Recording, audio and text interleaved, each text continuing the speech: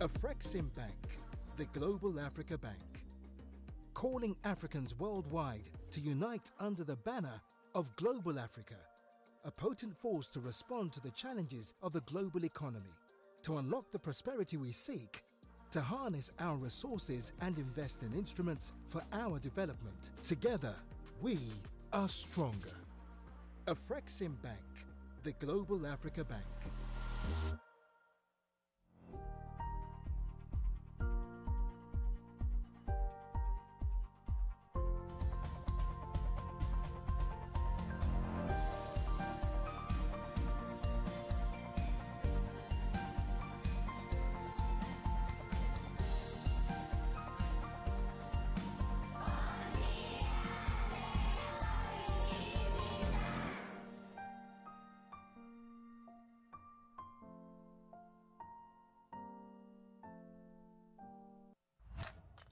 As a Fidelity customer, you can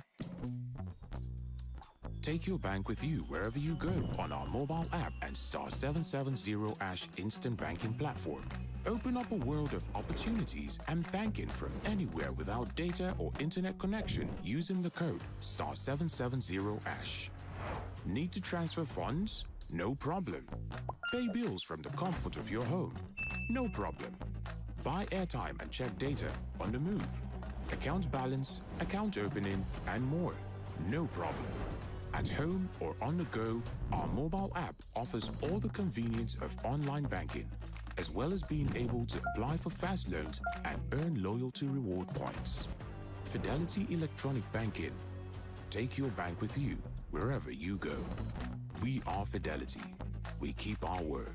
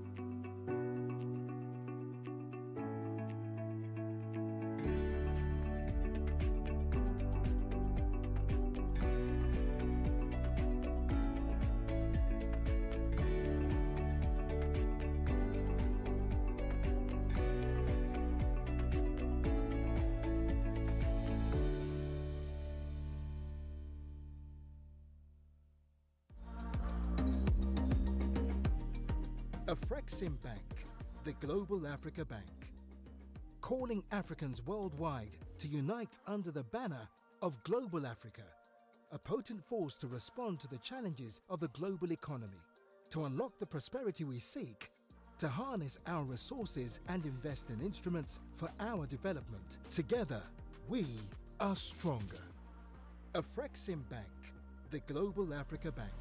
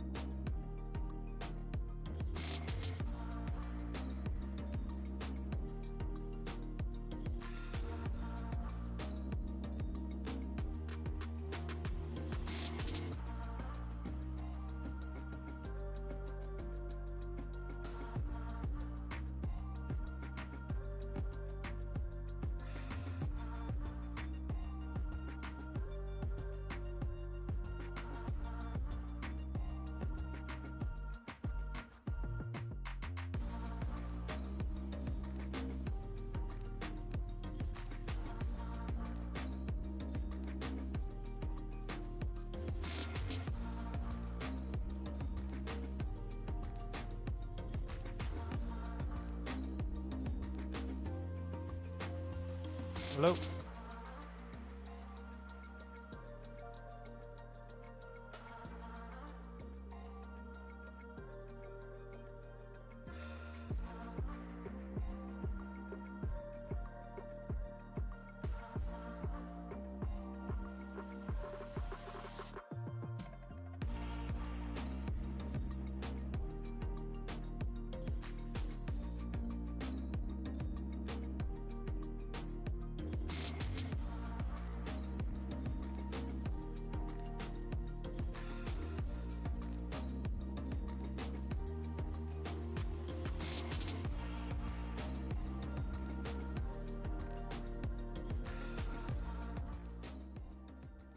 Much glory to be inspired by.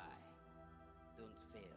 And together we know that it is possible to deliver on a new vision for Africa and its people. It is possible to harness the talents, the abilities, and the energies of Africa's youth to deliver on the aspirations of our founding fathers and mothers. It is possible to forge the partnerships that Africa needs to drive a new paradigm in our reality. It is possible! It is possible! It is possible! This is the mantra world. Our glories to be told and lessons to behold. Time has come to be bold. Time to find the lost gold.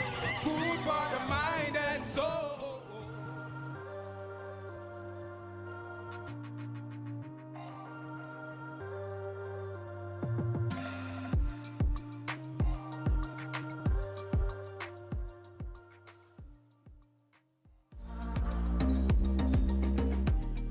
Afreximbank, the global Africa Bank, calling Africans worldwide to unite under the banner of Global Africa, a potent force to respond to the challenges of the global economy, to unlock the prosperity we seek, to harness our resources and invest in instruments for our development. Together, we are stronger. Afreximbank, the global Africa Bank.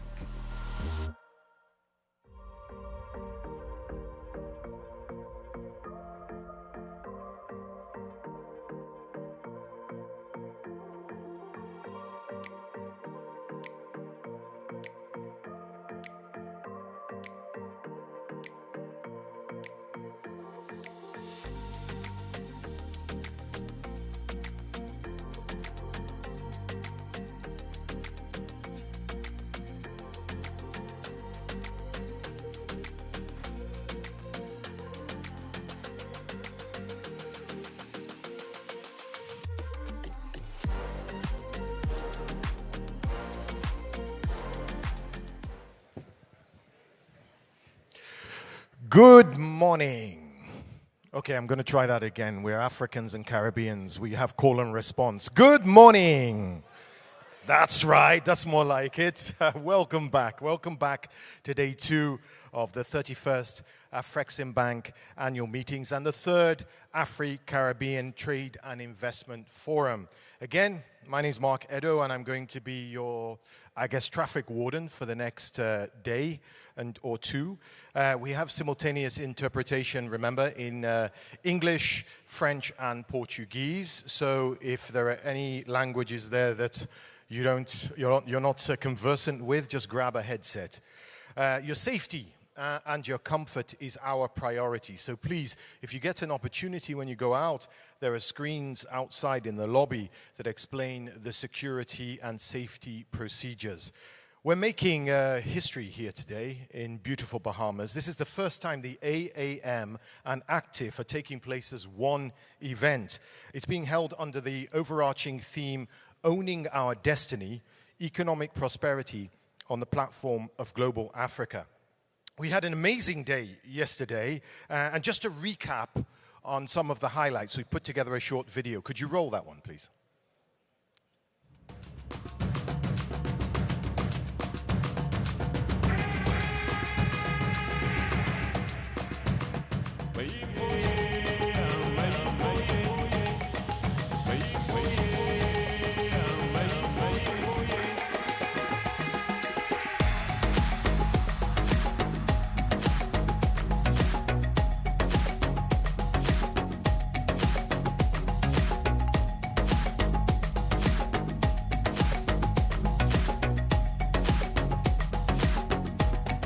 as Africans, please don't be deceived. No foreigner can come and make your continent great. Yeah. It must be the domestic investors. Domestic investment is what actually attracts foreign investment.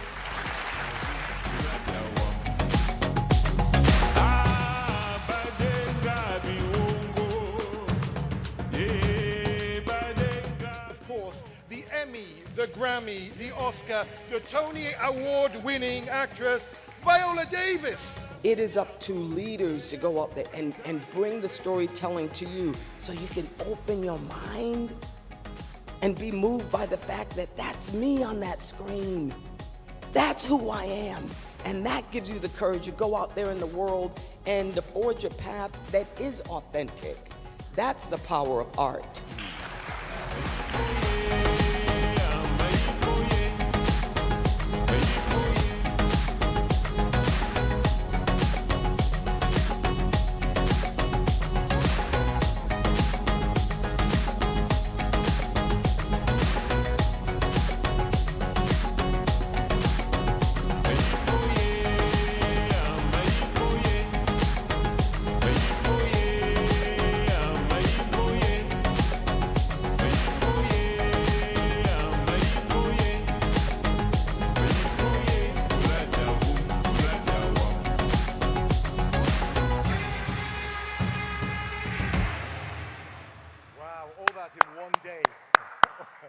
And today is going to be even more dynamic. We have over 20 current and former heads of state and leaders from across Africa and the Caribbean.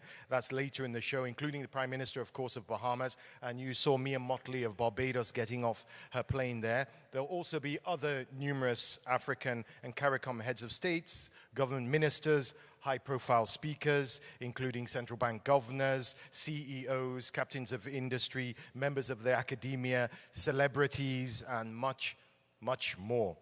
We all agree that there are massive opportunities arising from boosting Afri-Caribbean trade and investment partnerships. And we heard an update yesterday on the African Continental Free Trade Area, the AFCFTA, the biggest free trade area in the world. And this first session looks at what it would take to reach an Afri-Caribbean free trade agreement. Your moderator is a United Nations Assistant Secretary General. He's also the Director General of the Africa Risk Capacity Group. Please give a warm welcome to my good friend, Ibrahima Chik Diong.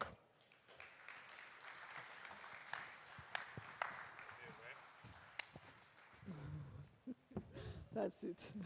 Okay, we're starting. Excellent. Good morning, everyone. I can't hear you enough. Good morning.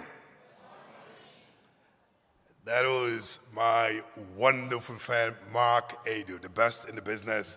Give him a round of applause for bringing us together. In the true African Union tradition, bonjour, bon dia, assalamu alaikum, in the beautiful country of Bahamas, and greeting from the beautiful country of Senegal, where I'm from.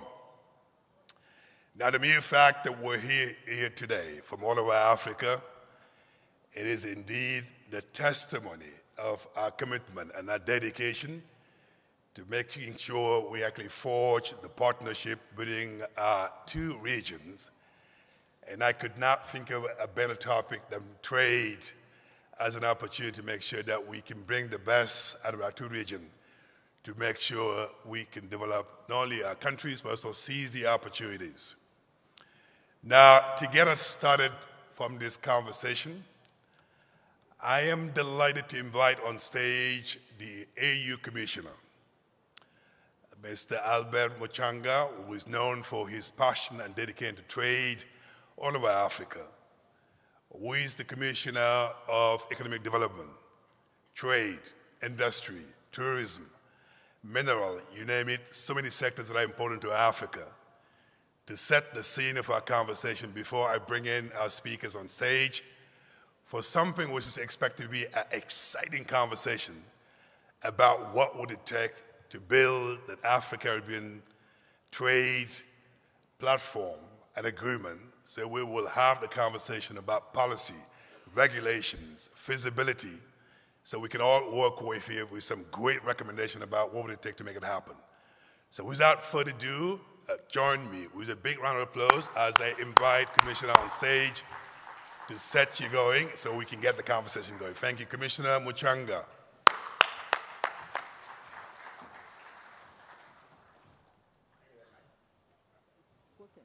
That we go on stage. Yeah.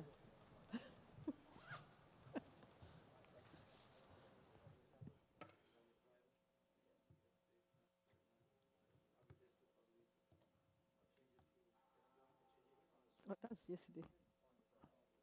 That's yesterday, the treasurer now. The one wearing glass. Yesterday.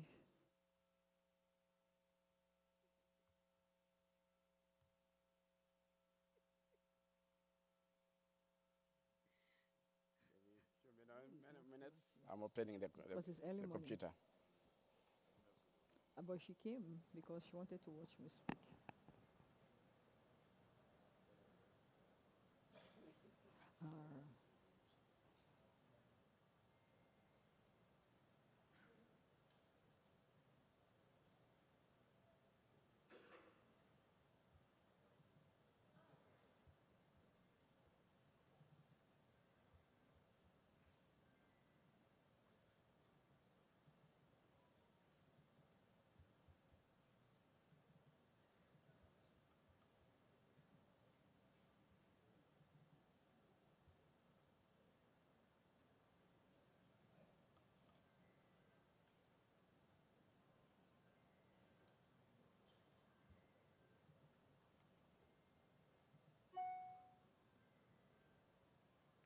Good morning, Your Excellencies.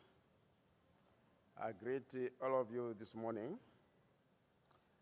I'll begin by saying last year we had the annual meetings, this year rather, we have the annual meetings of the African Export-Import Bank, which incorporate the Africa-Caribbean Trade and Investment Forum.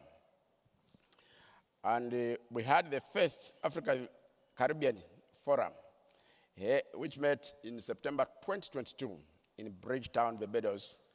And this was under the tagline, One People, One Destiny, Uniting and Reimagining Our Future. During that forum, we had a session on building Africa-Caribbean value chains for exports with an added call for us to imagine a Caribbean-Africa Free Trade Area Agreement. That discussion was coming against the background of the launch of a study by the International Trade Center entitled Expanding African-Caribbean Trade. I've been advised that that study now be expanded under the title, Tapping into Afro-Caribbean Export Potential through Promoting Value Chains. The first study showed that trade exchanges between the Caribbean and African regions were very low, less than 1% of their respective global totals. The 2022 study also brought out the potentials of trade flows between the two regions. Travel, transport, and business services have huge scope for export growth to Africa by the Caribbean countries. On the other hand, Africa has huge scope in agribusiness, fertilizers, and health products to be exported to the Caribbean region. Against this background, the study further noted that there was potential to increase trade flows between the two regions by as much as 25% or $1.8 billion within 5 years, that is between 2023 and 2028. However, the initial studies noted that there were trade barriers that needed to be overcome in order to expand trade flows between the two regions. Tariffs average around 28% in some sectors, and there are also non-tariff barriers. As the African Export-Import Bank and the International Trade Center prepare to commission the second study, they've also come up with a project under the heading Strengthening Afro-Caribbean Trade and Investment Initiative. And this is aimed at mobilizing the private sectors of the two regions to drive the broadening of the commodity composition of trade exchanges between the two regions, which are currently concentrated in a narrow range of commodities, as well as increase the value of those trade flows. It is also important to point out at this stage that Jamaica has signed bilateral investment treaties with Egypt, Nigeria, and Zimbabwe, but none of them is in operation. Barbados has signed a similar treaty with Mauritius, and this was in 2004, and it is in operation. On the other hand, bilateral investment treaties have been signed between Barbados and Ghana, and this is not yet in force. At this point, let me also state that the Bridgetown Forum, a free trade agreement between the two regions was seen as a lever in reducing trade barriers and expanding inter-regional trade. This shows that increasing trade flows between the two regions, even before we enter into a free trade agreement, will require the involvement of member states through the African Union and the Caribbean Community, CARICOM. Let me now turn to the issue of an African-Caribbean free trade agreement. It's now 2 years since the Bridgetown meeting, and the matter is still very much alive, as evidenced by the fact that we are discussing it this morning. This demonstrates that the zeal to move in this direction is there. This should be complemented with pragmatism, courage, as well as hard and smart work for us to attain the desired destiny. The initial step towards laying the foundations of an African-Caribbean free trade agreement will be made during these meetings. A memorandum of understanding will be signed between the African Union Commission and CARICOM during these meetings. Through this step, we can then come up with a work program focused on realizing the vision of creating a free trade area between the two regions. The first step in this direction would be to establish a high-level dialogue on economic integration, and this is what we're also doing in the European Union. We can use the dialogue to also come up with a roadmap on how and when to attain the vision of a free trade area between the two regions. In the work program, there could also be a provision for Africa to go through the process of creating an African Customs Union/common market to establish a base for establishing an African-Caribbean free trade area. CARICOM is a step ahead at this stage as they now move towards CARICOM Single Market and Economy, or CSME. At the bilateral level, it is also important for countries of the Caribbean and African regions to broaden and deepen diplomatic relations among themselves. Attendant to this would be the facilitation of direct flights between Africa and the Caribbean, as well as issuance of visas on arrival, as has been the case so far, and ultimately, visa-free travel by the peoples of the two regions. The issue of payment and settlement, another key prerequisite, is also being met through the ongoing study on the possible extension of the Pan-African payment and settlement system, initially developed to facilitate intra-African trade flows under the African continental free trade area to the Caribbean region. Similarly, the issue of trade finance is being addressed through the extension of the operation of the African Export-Import Bank to the Caribbean region. That we are meeting in the Caribbean reflects the importance and value attached to the shielding of the Caribbean countries in the African Export-Import Bank. Trade information is also important in developing trade relations between Africa and the Caribbean. We have an African Trade Observatory, which has, among others, windows on intra-African trade and trade between Africa and the rest of the world. And also, in addition to this, we have the intra-African trade fair, and some Caribbean companies are already participating in the trade fair. As stated in 2022, the major issue before us is to have a free trade agreement. For us to have a free trade agreement is for each of the two regions to have a common external tariff. As earlier indicated, CARICOM is well ahead. They are an economic union with a common external tariff. However, the African Union is still at the level of a free trade area through the African Continental Free Trade Area. We are hence not yet an economic union. Over time, we'll move to a customs union/common market. In this connection, a readiness assessment study towards an African customs union has been completed, and we are taking to the ministers in November this year and to the heads of state and government in February next year. Creating an African customs union would enable the African Union to have an economic union with the mandate and the capacity to enter into free trade agreements with regional integration organizations like CARICOM, the European Union, as well as bilateral partners.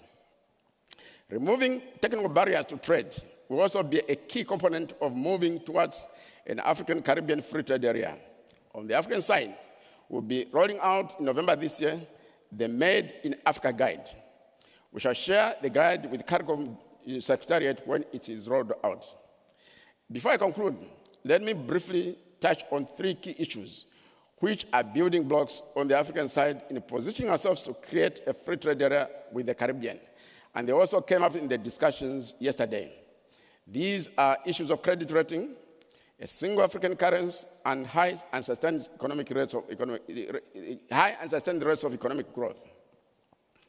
We are working with the African Peer Review Mechanism and the African Development Bank to operationalize the African Credit Agency. It will contribute to both the development of a Pan-African capital market as well as providing second opinions on credit ratings on African economies by the traditional rating agencies. In this way, we shall remove the subjectivity which is currently associated with ratings on African economies. Furthermore, we are working with the European Union, the G7, and the OECD to establish before the end of this year the African Virtual Investment Platform, which will, among others, develop an information and database which can contribute to improving Africa's credit ratings. I also add other pertinent issues that can greatly improve Africa's credit rating and deeper economic integration. The first one is the macroeconomic convergence criteria under the African Monetary Cooperation Program. Through it, each African country is expected to reach the following benchmarks of going towards macroeconomic convergence: maximum threshold of 70% of inflation, overall trade deficit of 5% of gross domestic product, less than 5% central bank credit to government, a minimum of 3 months import cover as a ratio of external reserves, and government debt not exceeding 65% of each country's gross domestic product. With these reforms, African countries can emerge stronger.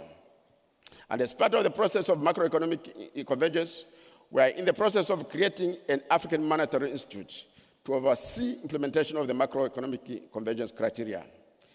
Once this is achieved, we then move to the African Central Bank, and whose immediate step will be the introduction of an African common currency.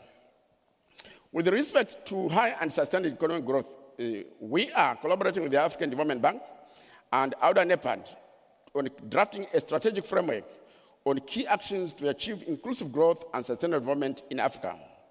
The strategic focus, as Professor Jeffrey Sachs said yesterday, will be to position African countries at 10 and sustain 7 to 10% annual growth rates over a period of 40 to 50 years, as well as increase investments as a proportion of GDP. As part of this study, there will be a continental econometric framework and country-specific frameworks for those countries that will require them. Let me, at this stage, end by saying that a growing and converging African economy will be positioned to move towards establishing an African Caribbean free trade area. Thank you very much for your kind attention. I'll end here.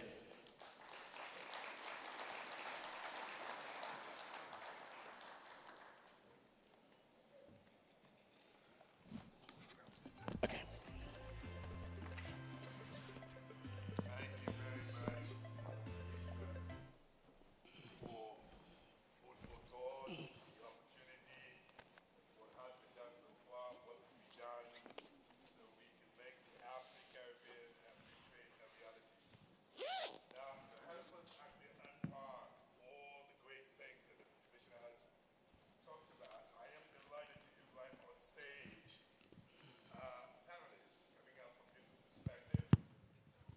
just go. I'll go behind you. His Excellency. So my mic wasn't working. You can hear me now. Do I have to say everything again? So, Commissioner, thank you very much for the food for thought, for setting up for the conversation we're about to have, particularly by highlighting the importance of the private sector in driving trade, building our two regions, but more importantly, what has been done so far, what could be done, some of the challenges that we have to face to make it a reality. To help us unpack all those great ideas and suggestions that you made, I am delighted to invite on stage our panelists for a conversation I'm about to have with them. And as I call them on stage, please give them a round of applause, starting with His Excellency Christopher Edordu, the former president of the Afreximbank. Give him a round of applause, Mr. President.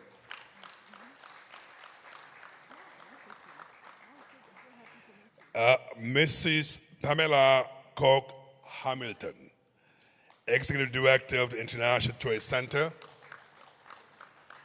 known for her passion in pushing trade within our two regions. You would like to hear what she has to say to make it happen within our two regions. I'm delighted also to welcome, all the way from Nigeria, Honorable Doris Uzoka Anit, Minister of Industry, Trade and Investment of Nigeria. So joining us from Suriname, Honorable Albert Ramdin, Minister of Foreign Affairs of Suriname. Honorable Minister, join us.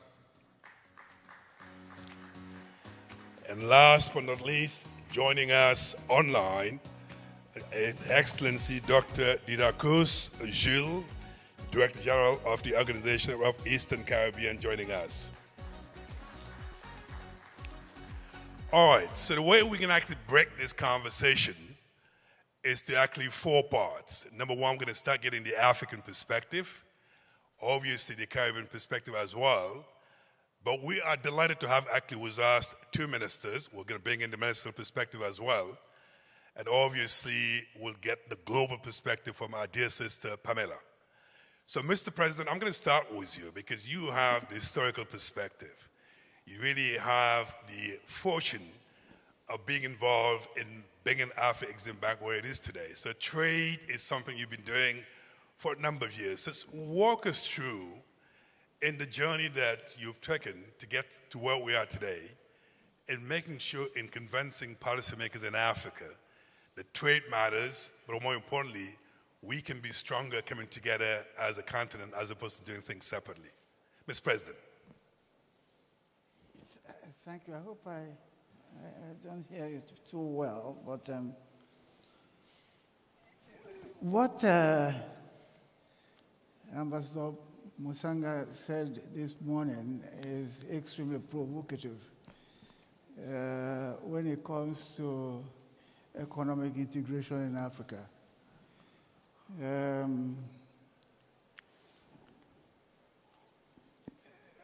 A Nigerian academic was often comic about economic integration in Africa. He told a story of how an African head of state who was traveling across the continent landed in one country, and because the plane wanted to refuel, and as the refueling was being concluded, he asked whether he would enter into economic integration with the transit country. That is probably an indication of how frequently Africans desired economic integration among themselves. But economic integration must be put in context. Which type of economic integration? And listening to Ambassador Muchenga, he ran through various stages very quickly. Part of the difficulties that we have faced over the years is the fact that we are hurrying through many types of integration. I think it is now clear that what we are choosing is a free trade area. A free trade area is an economic integration arrangement in which members drop tariffs and quotas. At a later stage, the countries can consider other additions to freeing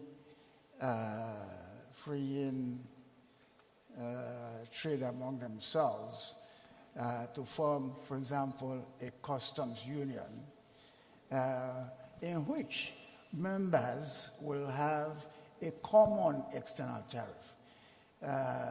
In a free trade area, member countries still have their own tariffs with third countries.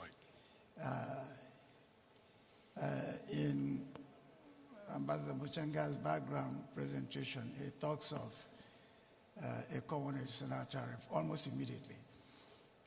In discussing with the Caribbeans, because we're talking of a large entity entering cooperation with a relatively smaller community, 1.4 million market with something like 18 million, a region of 18 million people.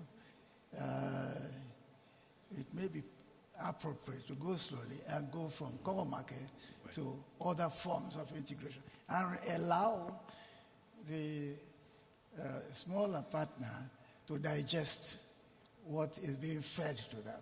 Second context is the issue of Global Africa. Global Africa is useful. It enables member countries to negotiate together. The larger the entity, speaking with one voice, the better the leverage you have in relation to your counterparties. But global Africa also resembles a concept introduced some 25 years ago by our leaders, and I have in mind NEPAD. Global Africa is very close to NEPAD, and what the promoters of that concept has told us is that Global Africa and a universal Africa are more or less the same concept. At the moment, NEPAD has a presence within the AU framework. And maybe one way of getting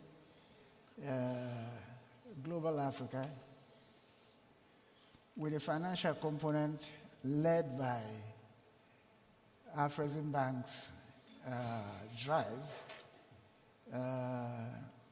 will provide access to international financial markets. Right. And negotiations through the NEPAD mechanism. I will stop at this. Thank you very much, Mr. President, for getting that started. So let me come to you, Ambassador Muchanga, because I want to get the African perspective before we move to Caribbean.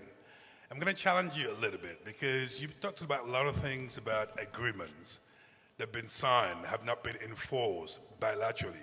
We're still getting ourselves organized in Africa. So what do we bring to the table to make sure that agreement between the two regions actually works? Are we still fixing our own trade issues within the continent so that when we come to the table, we actually bring something that's actually tangible as Africa? Walk us to the African perspective in that partnership. We are working in two ways. The first one, like I indicated, during the course of this morning, hopefully, we are going to sign a memorandum of understanding between CARICOM on one hand and the African Union on the other hand. When we have done that, then we will commit to bring the issue of a possible free trade agreement between the two regions to our respective member states, because it's member state driven. That is the first point. The second point is that our colleagues in the CARICOM are well in a position to enter into free trade agreements with third parties. We are not, we don't have a common external tariff. And this is why now we are saying let's move towards a readiness assessment on creating an African customs union. The foundations are there. We've got the protocol on free movement of people, the protocol on investment policy, the protocol on the competition policy, and the protocol on intellectual property rights. Those are foundations towards a common market / customs union. And the readiness assessment says it's feasible, we can do it. Thank you. Thank you very much. We'll actually move away from the African perspective, get the Caribbean perspective, because after all, it takes two to tango. So Gilles, you're joining us from Miami. I understand you couldn't join us because of the weather. Walk us through the perspective of the Caribbean in terms of what would they see the opportunities? What are some of the challenges that we need to overcome and making sure an Africa-Caribbean trade agreement becomes a reality? Particularly given the perspective of Dr. Machanga, there's some existing bilateral that have not been enforced. Maybe we should start from there, but walk us through your perspective from the Caribbean. How do you see some of the issues that we need to address?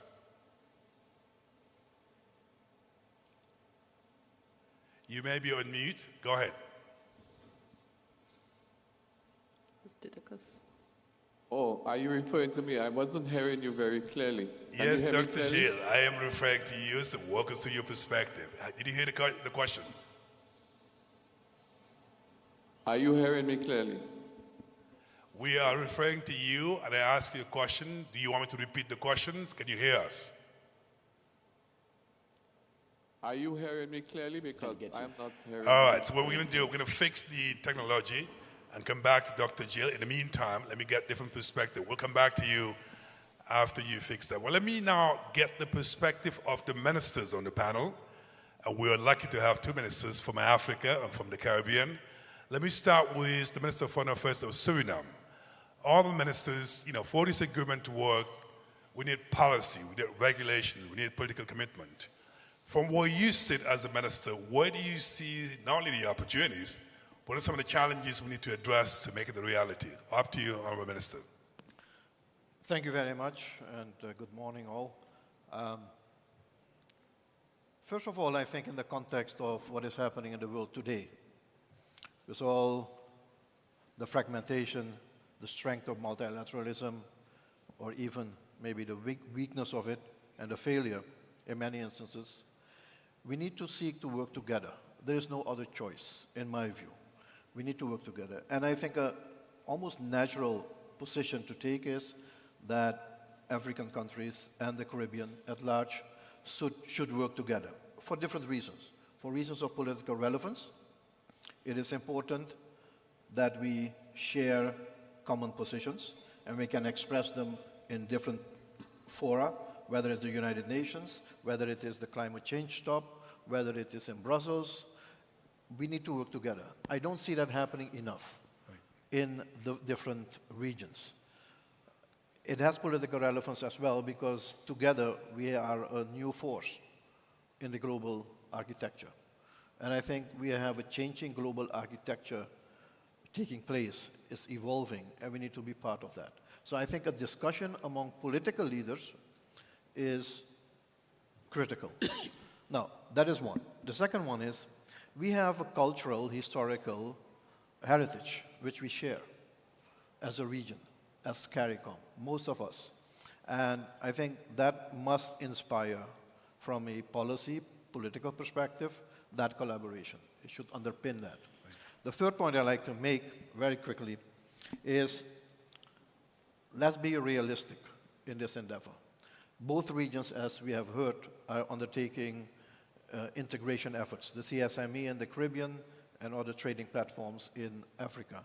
Let's see how far we are with those first. Be realistic. The challenge, the devil in these instances with free trade agreements is in the detail. It's in the detail. Often we see a great perspective and a willingness at political level, but when you come down to the technical level, you get into obstacles. There must be a political will, my fourth point.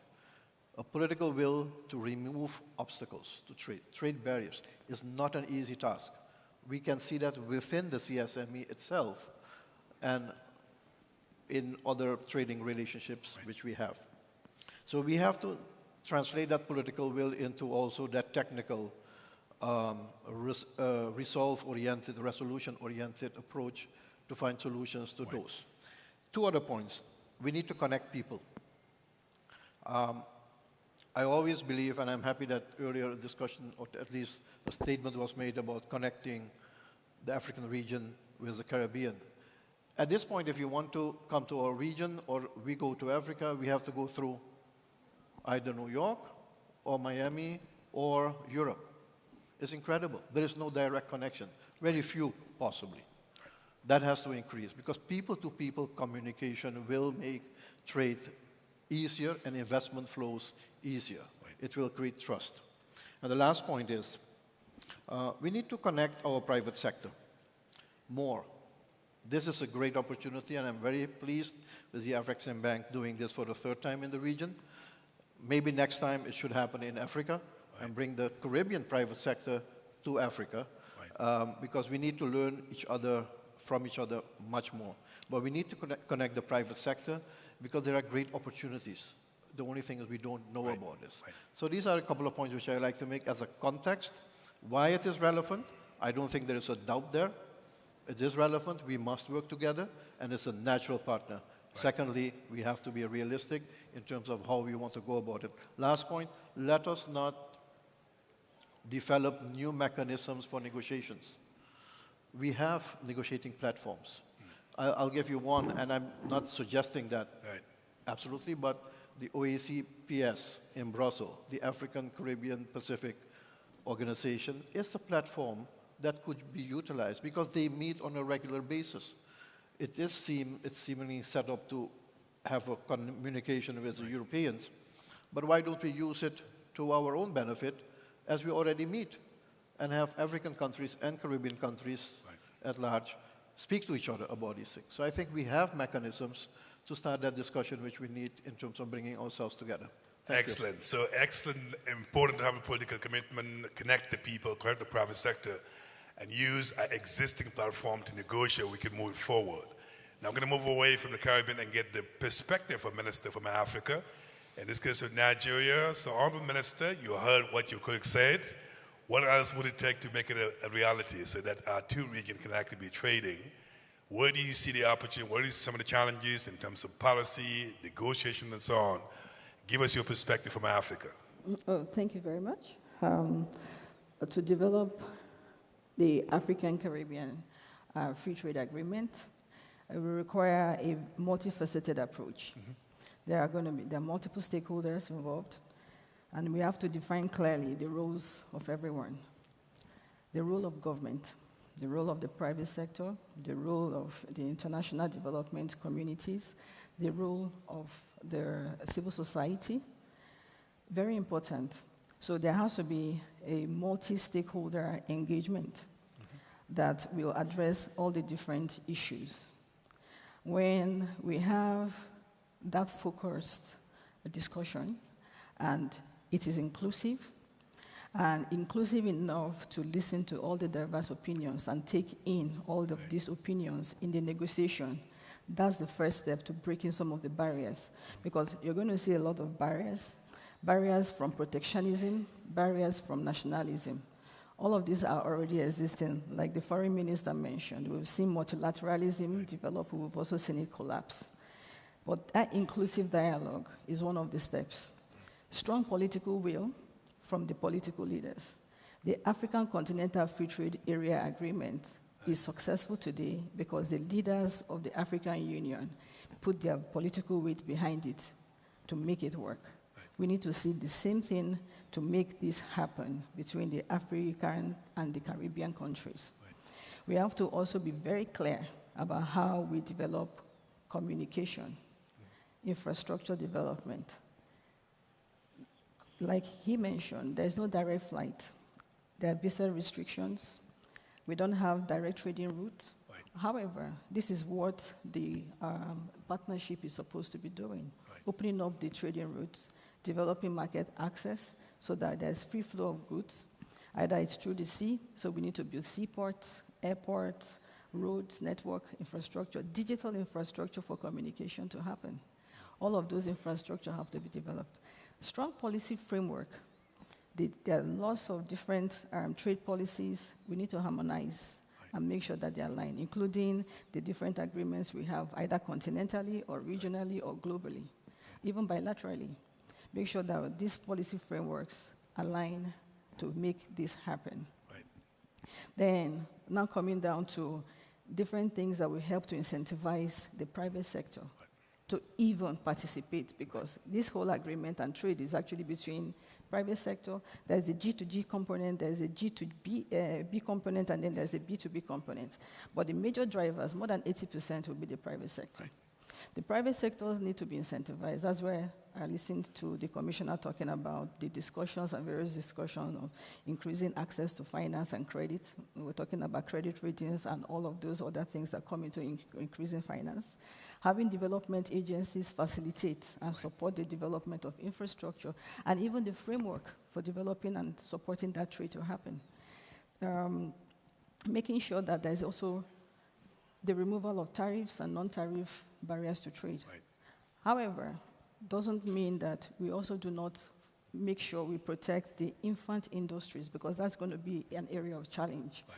Every country wants to develop the industrialization sector or some critical sectors within their countries. Right. So we also have to, take those into consideration, because if you are building or you're supporting an industry for your economic growth and development, you don't want the free trade agreement to destroy all that you're building. Because despite the fact that we're looking at global economic integration between the regions, every country still has their nationalistic objectives and their duty to provide infrastructure and economic development, job creation, and sustainable growth for their citizens. Right. All of these have to be considered. Then dispute resolution mechanisms have to be in place. How do we resolve disputes? How do we enforce the agreement in a way that is equitable, that is efficient, and is transparent, and everybody feels that they're part of it? Right. Harmonization of standards, different standards, even amongst the services, for example, financial services, differences. How do I bring in banking sector from Africa into the Caribbean, where we have different regulations? How do I ensure that there's free movement of professionals with different licensing regime, different qualifications, and all of those things are things to be considered in developing the free trade agreement itself. But now, when you're looking at, apart from the challenges, what are the opportunities? Many. So when we put the opportunities and the benefits before our negotiation or the negotiating parties or before our countries, and we understand that this is the way to go. Right. You're stronger together than separately. It begins to help us to, move us in that direction. We have strong opportunities to develop our creative economy. The creative sector, the cultural exchange, fashion, music, film, strong potential for growth. Our technology sector, very strong potential, agriculture. So many areas that we can, even harnessing technology transfer between emerging economies or emerging areas like renewable energy, and some industries. Now the Caribbean is discovering oil. We have a lot of skills and technology in Africa, especially, for example, in Nigeria, that we can actually exchange and transfer some of this knowledge and lessons learned between ourselves. So there's a lot of opportunities, and it increases even tourism. Open up, and you see the Africans also supporting the tourist industry in the Caribbean and vice versa. A cultural exchange. Learn about your roots in Africa, and also some lessons to be taken. So there's a lot of opportunities for that we can benefit from the economic integration or regional integration that the African Caribbean Free Trade Area would offer us. There are challenges, but we can overcome them. Absolutely. Thank you. I like that part. There are challenges, but we can overcome the challenges to seize the opportunities. And thank you for underscoring the private sector as an entry point, but the importance of having a framework so we can actually negotiate and expedite the reality of that agreement. Now, I believe we have Dr. Gilles online. Dr. Gilles, can you hear us?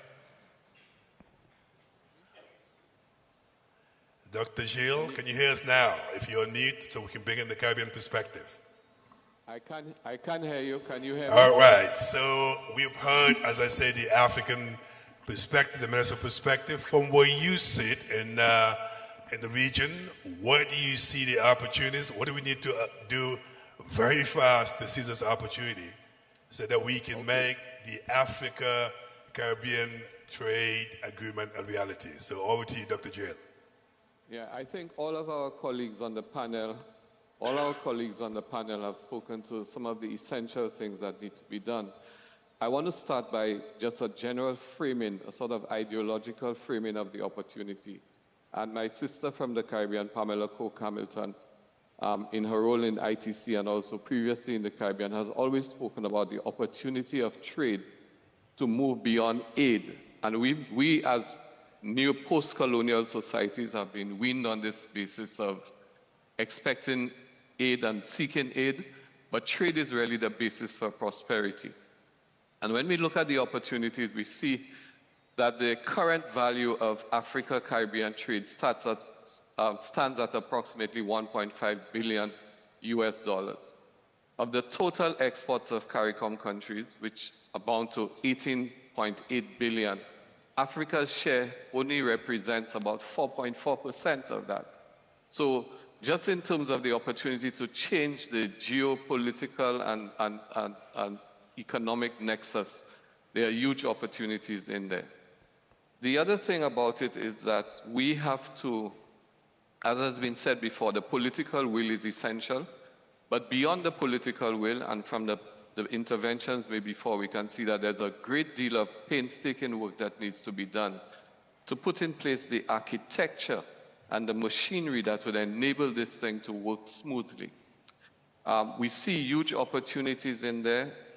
When we look, for example, at there's reference to CARICOM in terms of the CARICOM single market and economy.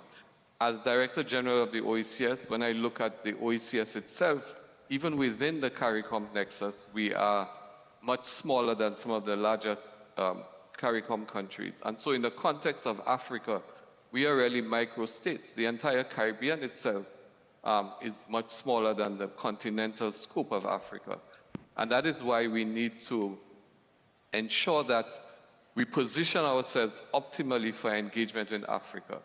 The two things that, for me, are important in this is the nature of the partnership, building that trade, using the opportunities that we see. Secondly, joint ventures, investment in green and resilient economy. And then to identify the strategic sectors. Now, given the fact that the OECS, as a smaller grouping of CARICOM countries, are really micro states in the context of Africa, we keep asking ourselves, what is the way to optimally insert ourselves in this trade arena? And we believe that the creative economy is one of those sectors that perhaps involves the least engagement, but has the greatest opportunity. Tourism is another one. Someone spoke earlier about direct links between air and sea transport. The closest connection between Africa and the Caribbean directly is from Senegal to Antigua and Barbuda, and this is about 4,000 kilometers. The nearest air link from Africa to the Caribbean goes through Europe, and it is through, I believe, Brussels, and it is about 12,000 kilometers. So right just from that statistic, we can see the opportunity for really establishing direct links. We see a big boost in the cruise industry in the Caribbean. Why can't we look at establishing our own cruise lines? African cruise lines jointly owned with the Caribbean traversing directly the Atlantic, opening up huge opportunities for tourism. And tied to that tourism is the cultural affinities and possibilities and the growth of the creative economies. We can have joint festivals. The cruise sector alone will provide an easy opportunity for transportation of performers, of bands. The possibilities are immense. And we have already signed with Africa, to the point made somewhat earlier by one of our colleague panelists about not reinventing the wheel. Africa has the Pan-African Payments and Settlements Platform, which the OECS has already signed. The OECS Commission has signed up to. We also have there's a diligence platform that ensures that whatever businesses are conducted between Africa and the Caribbean, due diligence has already been done on the respective parties. All right, thank you. you. So the architecture for the private sector is coming into place. Thank you very much, Dr. Jill, for being that perspective. Now, my dear sister Pamela, you have the biggest task of putting it all together because you bring in a global perspective. You heard the views from both sides. From what you sit, what do you think needs to be done to make this a reality? And let's support some of the challenges that have been highlighted by both regions. Thanks very much. There's not much to add, of course. I mean, I think we've heard the perspectives from all sides. But I think the most important thing in this entire dialogue is this: to first of all recognize that a free trade agreement is not a magic bullet. We've negotiated many. In fact, the Caribbean could teach you how to negotiate. We negotiate an agreement every other month. We're very good. We know what we're doing. The issue is the implementation and the utilization of that agreement. And that is where the rubber meets the road. So we need to build in very specific and targeted sectors in the context of that agreement that we know would actually be utilized. And we've done a study at ITC. We've done an update actually to the study we did in 2022 on the potential. It's a $1.8 billion potential now, up from $1 billion in 2022. But we've also gone down to the sectors that have the most potential. And that's metals and minerals, paper, wood products, transport and tourism, of course, and food processing, huge issue. And then, as Dr. Jules mentioned, the whole issue of the creative industries. But what is more critical is that we begin to drill down on the actual numbers, on the tariffs and non-tariff barriers between our regions. The tariff on rum is 81%. Why would Africa put 81% on our rum? Why? You guys don't make rum. I mean, I think we could share. But the point is that if we begin to look at specific areas where we both have comparative advantages and begin to drill down at the tariff line level, and also drill down at the non-tariff barriers. And then finally, looking at the issue of logistics, because that's the other big problem that we have. How do we manage the logistics and create volume? Make them want it to work. Yeah? Yep. Thanks. Thank you very much. We're trying to do something extremely challenging, and that is to give each of you 30 seconds. If we walk away from this conversation, what's the first action that we need to undertake to make sure that the Afro-Caribbean trade agreements is on the path to becoming a reality? I know it's difficult. It's just 30 seconds. So, Dr. Albert Muchenga, in 30 seconds, what action would you actually commit to do when we walk away from this conversation to make this reality? Secure buy-in from member states, from the private sector, from women, from the youth, from civil society, academia, and all the parties involved. Thank you. I like that. In 30 seconds. That's good. Mr. President, walk away from this conversation. What is one action that you think we should undertake to make sure we make this a reality? In 30 seconds. Thank you. The story of integration in Africa is a story of practical enthusiasm against theoretical pessimism. everybody who looks theoretically at integration among developing countries says you cannot export commodities among the countries. You have to industrialize. Since you have not industrialized, theoretically it's impossible. Practically, Africans are enthusiastic to integrate. And the solution lies somewhere in the middle, right, where Afreximbank is suggesting as a solution global Africa that will approach the world. And that is consistent with a solution we had got 25 years ago, NEPAD, which is already on the table. So the solution is somewhere there. And I would suggest going slowly, not combining too many things at the same time. African free trade areas, not yet moving to customs union, right, until that is integrated, until that is settled to a reasonable extent. Thank you, Mr. President. So, Pamela, over to you in 30 seconds. What we were prepared to do working away from this conversation? I'd say three things. One, the political will. Establish that, sign off on a nice big thing. It always looks good, right? Drill down to the specifics. That's the second. Get the specific chain. And then finally, make the youth feel it's worth it for them. Right. We have over 60% of our populations under 35. If they don't buy it, there's no point. Right. Absolutely. Honourable Minister, what will be that one action that we need to do to make this a reality, walking away from this? Continue the conversation. That's good. Join the conversation and make it stronger. And have carnivals, trade, music festivals. Start to trade, do something that will bring the people together. And then, it reduces the barriers to acceptance and increases our acceptability of each other, the culture. When you have those joint things like carnivals, the trade exhibition, music festival, joint collabos, we can begin with that. Absolutely. Thank you very much. Honourable Minister, what will be your takeaway as the action that we need to take walking away from this conversation? Well, everything which we discussed today will require political mandate.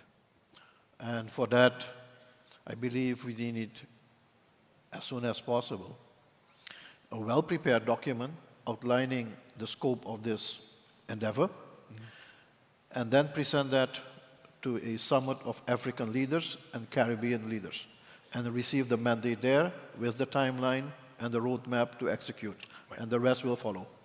Thank you. Gilles, if you're still online, we just give you 1 second, or 30 seconds, I should say, just to give us what will be the action working with. Gilles, are you still online? I think we lost him. I am. Can you hear me? Right. So we need to wrap up. So very quickly, okay, one action. So very quickly, bring all the sectors to the table. It's President Kagame who said if we're not at the table, then you're on the menu. So we need to bring all the sectors to get to the table. Ensure that the private sector, especially Pamela mentioned the youth economy is critical because our young people have the greatest appetite for innovation and so on. Round up, create that specific roadmap, the well-prepared document, and then open up immediately the means of communication, air, sea, and internet, so that the people-to-people exchange can happen. All right, so building stakeholder ownership, starting somewhere that's practical so we can achieve result, political ownership and commitment, but also focusing on sectors that have opportunities, continuing the conversation, as Nadia stated, but make sure also we have a roadmap going forward, but put all the sectors on the table so we can make this a reality. So join me and a big round of applause to our panelists. And thank you very much. Thank you. As for me, it's been delightful to be the moderator of this great conversation. So to be continued, as the Minister of Nigeria says, so we can continue to have the right conversation and make it reality. So thank you very much.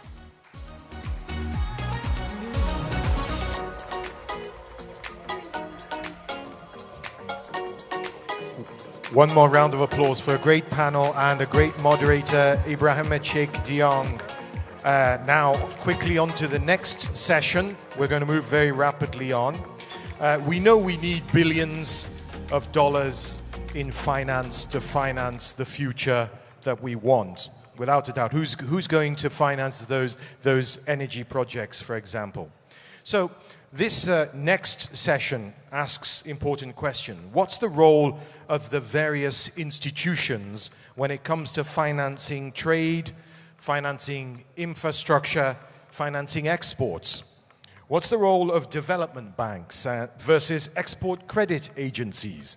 And where does government multilateral support start and trade credit insurance end?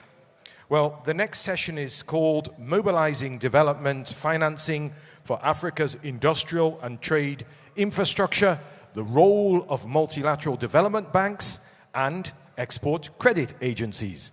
It's moderated by BBC journalist and host of Talking Business Africa. Please welcome Lerato Mbele.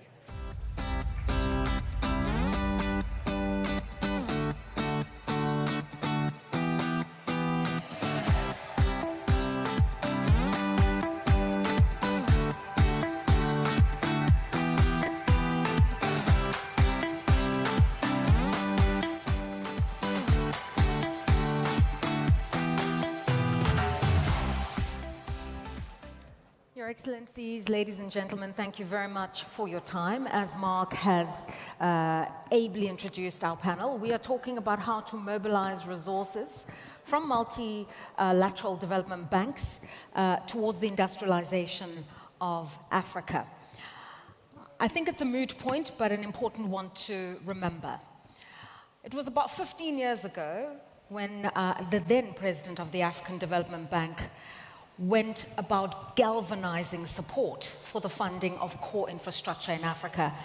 And the figures that were provided were that Africa needs no less than $100 billion each year to address its infrastructure needs. Well, fast forward to 2024, the needs have changed, but the demand continues to be high, even if the imperatives have shifted. And the African Development Bank now estimates that Africa needs no less than $170 billion each year to address its infrastructure backlog. What's really frustrating is that the needs are still for the things we were talking about 20 years ago: roads, rail, energy. And then when you add the twist of the modern day tech economy, with AI and cloud computing, we now need an additional capacity for data centers and fiber optics as well. And with the costs rising, but the urgency being there, the question is, as they say in Latin, Africa quo vadis. And so in this conversation, we're going to ask, where can we go to find the solutions that are needed for funding the huge infrastructure backlog that's needed to address the historical gap, but also the fundamental need for the modern day economy as it evolves around us. So the panel joining us in this conversation, let me introduce all of them, and in no ascending order, ladies and gentlemen. We have Mr. Samaila Zubairu, the President and CEO of the Africa Finance Corporation.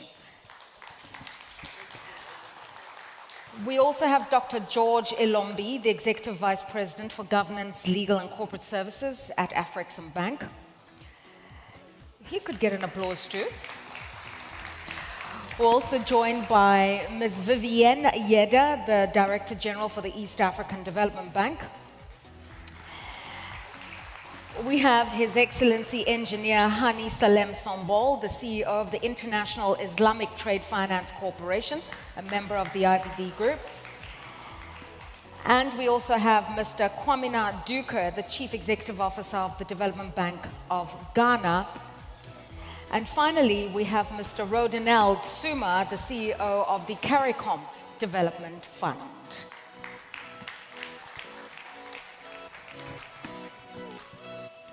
Hello, hello. Mr. Duker, Yes, Mr. Suma.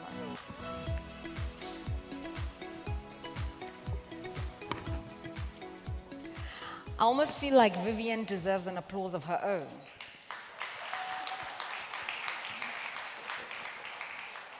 Yes, because how do we talk about African development and 51% of the population is not quite represented on a panel like this?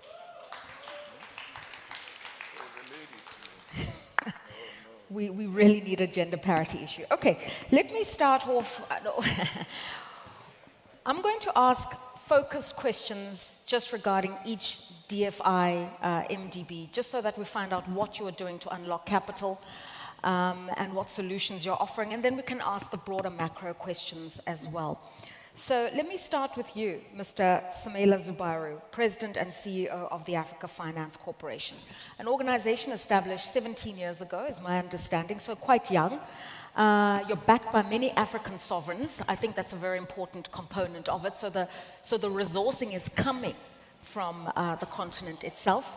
And you've always prided yourself in wanting to find homegrown funding solutions for localized problems. So just tell us about your approach, tell us about your portfolio, and for you, what you see as the imperatives are in driving industrial development. Thank you very much. Thanks for having me here today. So I would say that the Africa Finance Corporation is an example of the model that's required to develop the continent. And why is that? It is an initiative led by African governments to find solutions for Africa's infrastructure deficit. And it's in partnership with African financial institutions. And with that combination, we've been able to take the lead in developing to de-risk opportunities in infrastructure, natural resources, and industrial assets for the continent, and distributing those assets to global investors across. And on the back of the very, I would say, rigorous prudential ratios that we have and our excellent operations, we've maintained an investment grade rating that allows us crowding capital from international markets. What is important is that we're focused on structural transformation of the continent. We're focused on moving from the export of raw materials to finished goods and semi-processed goods, as the case may be. We're focused on capturing and retaining value on the continent. We're focused on developing African capacity and partnership with everybody that wants to do business on the continent. We're focused on moving, I would say, from just exporting raw materials to now intermediate and finished goods from Benin Republic, from Gabon, from Chad, to the US, to the Middle East, and for trade within Africa. The focus has always been on developing to de-risk and distributing to partners. Having more, I would say, value captured and retained on the continent. And we've also looked at how to mobilize domestic savings within the continent. We have schemes like the Infra Credit in Nigeria, where we've partnered with the Sovereign Wealth Fund of Nigeria to provide, I would say, credit risk guarantees for pension funds and insurance firms to invest in infrastructure on the continent. And I think that is the model that we should develop. We have to look at how to mobilize domestic resources to fund growth and development on the continent. And we need to see how we can replicate that model at scale across the continent. I think Africa has about $2 trillion of savings. We need to find ways to channel those to invest in the continent. We need to have partnership between the government and institutions like ourselves to de-risk for these savings to fund infrastructure and industrial growth on the continent. All right, so talking about those pension funds is something that we can expand on in a moment. My understanding is you've invested upwards of $11 billion, perhaps much more. Tell us about your portfolio. But what I really want to know are the projects that align with your broader objectives. So if somebody comes to you and says, I'm thinking of investing in renewables, can you help me? Is that an alignment or not? Certainly. So we've invested over $14 billion across 37 African countries in the last 17 years. We started with a capital of $1.1 billion. We have total assets today of $12.5 billion with capital of over $3.5 billion. We've been able to retain over $1 billion from our operations. We have paid over $700 million in dividends over the years. So we have proven that investing in Africa is not as risky. And we are focused on energy, transport and logistics, natural resources, heavy industries, telecoms, technology. Again, if we are currently one of the largest investors in renewable energy across the continent. But our focus is really on energy access. We are looking at natural gas as well, and we have to look at natural gas because that's the base load we need. Every continent requires base load. Africa cannot be different, so we must have base load. And we would continue to find ways to make the investment that will improve energy access across the continent. Yes, renewable energy is one of the areas that we are invested in.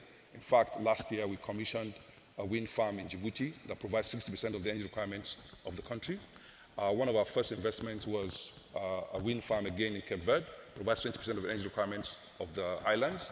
We did the first IPP in Ghana, provides about 10% of the energy requirements of the country, gas-based.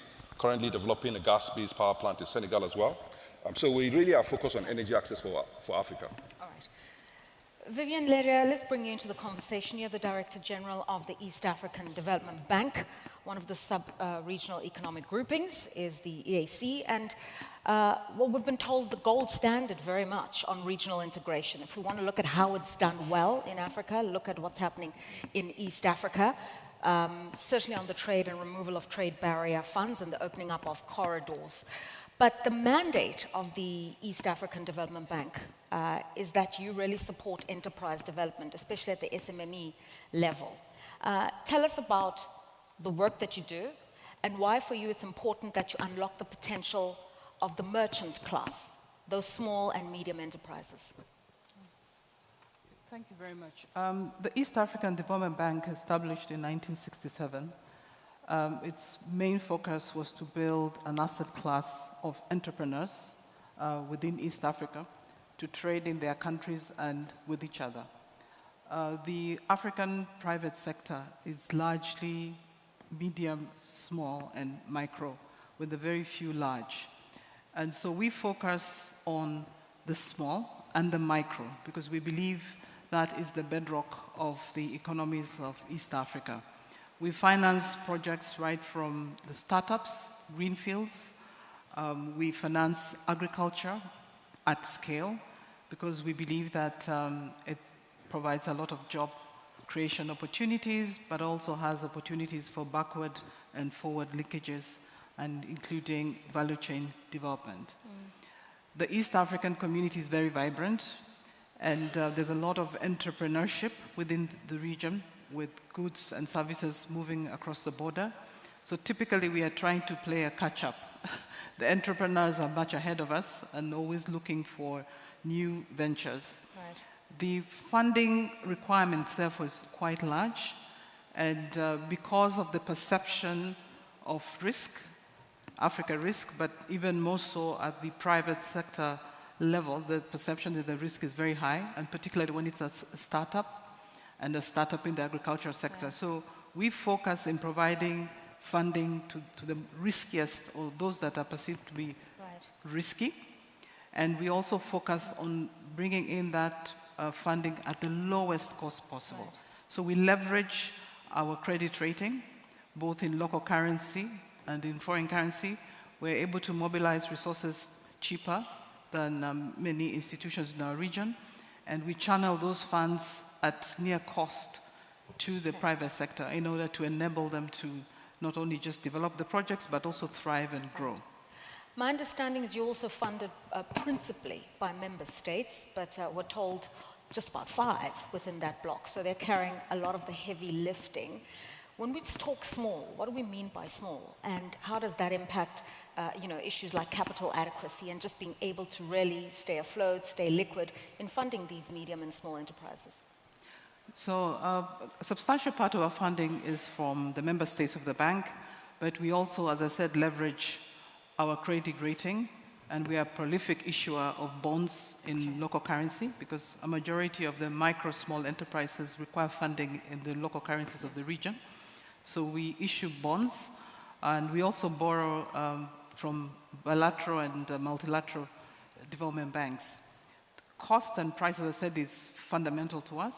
So in providing any resources to a micro enterprise, for instance, we make sure that the price is at the lowest level, but also in situations as we've had in the last year where the interest rates have risen sporadically and exponentially, both in local currency and in foreign currency, we've played a counter-cyclical role in ensuring that the interest rates for our loans remain flat. And we have not increased our interest, I think, for the last 24 months. Wow. And this is really to cushion the micro enterprises, particularly those in the agriculture sector, from the volatility of the capital markets. Thank you. And volatility, unfortunately, something that Ghana would know quite well in recent years. But let's talk about the work that's being done on the West African side, particularly a country like Ghana, for instance. So you're a development bank, and just before we came on stage, I asked you, are you an agency of the state? And you said, not really, we're also funded by other multilaterals like the World Bank, etc. So just tell us about the work that you do, that network of funding, and how you then roll out capital in support of the investments that you're doing in a country like Ghana. Well, thank you, Lo. So essentially, we're the young kids on the block, compared to the longevity of my partners here. And we were set up about 3 years ago, thanks to the prescient vision of our leadership. But essentially, the importance of a development bank was for us to help foster the growth of a competitive private sector. But the execution of that was important. So we're essentially a wholesale bank working primarily with the banking sector in terms of driving long-term local currency funding to the private sector. Because today in Ghana, in terms of the loans to the private sector, I think less than 5% are over 5 years. Yeah. And so in order to build that, it was important for us to set up the development bank. And that's our core mandate. And that core mandate was sponsored by the government of Ghana, but also by KFW, the World Bank, and EIB. So essentially, we have a capital structure of just under $1 billion in terms of driving that agenda. And the key sectors that we focus in are agriculture, of course, manufacturing, ICT, and in terms of developing what we call high-value tourism, etc. So we're very focused on that. But I think the key difference is about implementation. And the way that we see ourselves is primarily a catalyst and a convener. A catalyst because when we look at the deficit, whether we look at the deficit in terms of Ghana, the infrastructure deficit, around 74 billion, or in Africa, there's no way a development bank by itself can handle that. Yeah. So it's really important that we work on collaboration and bringing together the whole of the banking sector, and hence our role as a catalyst. Okay. We go in with first risk. We go in with the first money. We try and develop that area. So just a quick example, we have an agenda to be self-sufficient in rice by 2028. Our role is probably only to provide 14% of that loans. Because if we get that right, they will crowd in the rest of the banking sector, and they will take that over, and then we should become redundant. And that's the important thing about what we're trying to do. Okay. As a convener, and to your point, very quickly, we are sponsored by government and development agencies. But because of our role as a wholesale bank, we have prime relationships with all the banking sectors. And because we send the money to the private sector, we support everything to do with the SMEs. So as a result, we're putting together banks, the banking sector, the SMEs, and government into a holistic circle and trying to develop that agenda. I want to build on Vivian Yeda's point, which is the role of multilateral development banks, or DFIs, being counter-cyclical. And I think in the context of Ghana, that is really where you would have seen it. So could you just paint for us a little bit about the landscape, just in the last 3 or 4 years, where businesses perhaps were facing currency risk over and above everything else that they were facing, and where you needed to step in to help them stay afloat, giving them that technical support? Now, I think that's a good example, but again, so let's put into context. So in terms of our role primarily, as you say, in terms of being a stress partner, we came in just after COVID, and together with the government agenda, we supported the local hotel sector. And so we helped to suscitate the sector, we helped to bring it up, and so now today, it's now a thriving sector. And so that's a clear example of the importance of a development bank going in at a time when the other commercial banks were more risk averse. But those are things that you can do only in conjunction with the national bank, the national government. And it's really important that your role as a stress partner must be in conjunction and in partnership with the national agenda. Right. Your Excellency, Engineer Hani Salim Sombol, CEO of the International Islamic Trade Finance Corporation. Just a cursory look at the work that you do tells me that we're talking over $70 billion in a portfolio that has supported many organizations across the Islamic community, the Gulf states, and now increasingly expanding your footprint into markets like Africa. Just tell us about the work that you do and how you perceive risk in the current environment. Thank you. Thank you very much. First of all, to extend my thanks and appreciation to the chairman of the Afreximbank for inviting me here today to participate in the annual meetings. And also would like to say that I'm also privileged to be among the August gathering here today. In fact, the Islamic Development Bank, established in 1975, was a bank just like any other MDBs, you know, focusing on fostering economic and social development of 57 member countries. And of course, with time, the role of the bank has, the role of governments actually in the development process changed over the 50 years. And by the way, we just celebrated the 50th anniversary of the bank just a month ago. And thank you very much. And we have been really serving the 57 member countries and others. We serve humanity. We don't serve only member countries. Humanity is very important for us. The Islamic Development Bank, you know, with time evolved to become a uniquely positioned South, you know, organization. And with time, the role of the private sector started to become more and more important, you know, in the development process. So we felt, the bank, I mean the founders, they found that we need to build, you know, and establish specialized entities and members of the group. And we became a group later on. First we started with the insurance, you know, arm, the ISEC, and then after that, after several years, we established the ICD, you know, which is the Islamic Cooperations for the Private Sector Development. And of course, I'm privileged also to be the CEO of that organization. And then later, then we established the ITFC to be the focused trade arm of the group, knowing that trade became actually the growth, the engine of growth in member countries. And we had to have a specialized institution that will focus on providing really financial and non-financial assistance to member countries. So this is the overall. The group now, of course, is a very unique group, as you can see. The IDB is focusing on the infrastructure, you know, long-term projects, you know, hospitals, roads, and so on.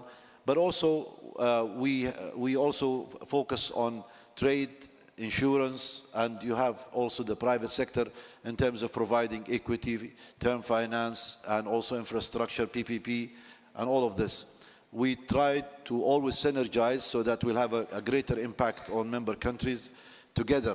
That's why we always have this focus on synergy among the group to be able to provide the right impact on member countries. Definitely, we will have, over the journey, we have built quite important partnership with very strategic organizations. Most of them are here. At the top, we have the Afreximbank. We have, of course, others who are really helped us through the journey to really be together to impact, you know, the work. ITFC is, of course, as I said, is the trade arm. If you all remember, all of you in the beginning, in the late 70s, when we started in IDB, providing line of finances and also signed the first agreement with Africa, trade agreement, I mean here, people were surprised. You know, they said what an MDB has to do actually with this trade finance, you know, facilities and so on. And with time, you know, everybody discovered that this is actually one of the most important sectors that we need to support for the economic well-being in member countries. And that's how the ITFC started.